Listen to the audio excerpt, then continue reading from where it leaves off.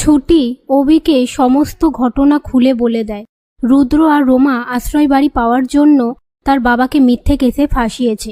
একথা শুনে অভি বলে যেহেতু এটা খুনের কেস, এত তাড়াতাড়ি নিস্তার পাওয়া যাবে না।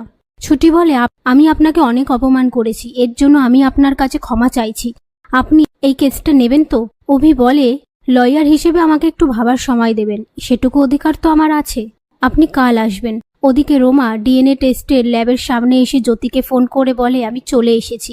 পরের দিন ছুটি অনেক সকালবেলায় অভির অফিসে চলে আসলে সেখানকার একজন ছুটিকে বলে এখন তো অনেক সকাল, আপনি এত তাড়াতাড়ি চলে এলেন, স্যার তো এখনো আসেনি। ছুটি বলে আমি অপেক্ষা করছি।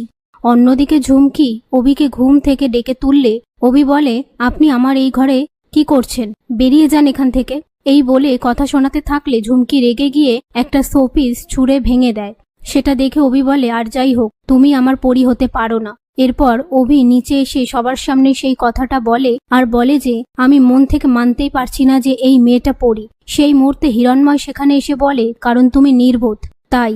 অভি বলে ছোটবেলায় ও আমার জন্মদিনে এই গিফটটা নিজে দিয়েছিল আর সেটার কথাও ভুলে গেল। তখনই ঝুমকি আপন মনে বলে ছুটি ছোটবেলাকার অ্যাক্সিডেন্টের পর থেকে তো সব ভুলে গিয়েছিল না, আমাকেও সেই নাটকটা করতে হবে।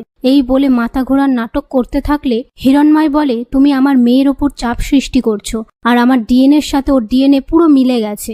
একথা শুনে ঝুমকি আপন মনে বলে নিশ্চয় এটা জ্যোতির্ময় বাবু করেছে, আর এই সবটাই জ্যোতি আর রোমা মিলে প্ল্যান করে বানিয়েছে। তারপর জ্যোতি অভিকে বলে চুপ করে আছো কেন, সব তো জলের মতন পরিষ্কার। তবুও অভির মন মানতে চায় না যে ঝুমকিই আসল পরি। এসব কথার মধ্যে স্বর্ণলতা অভিকে বলে আর রাগারাগি করো না, পুরোহিত মশাই বলল পরশুদিন তোমাদের আশীর্বাদ, তারপর বিয়ে হয়ে যাবে।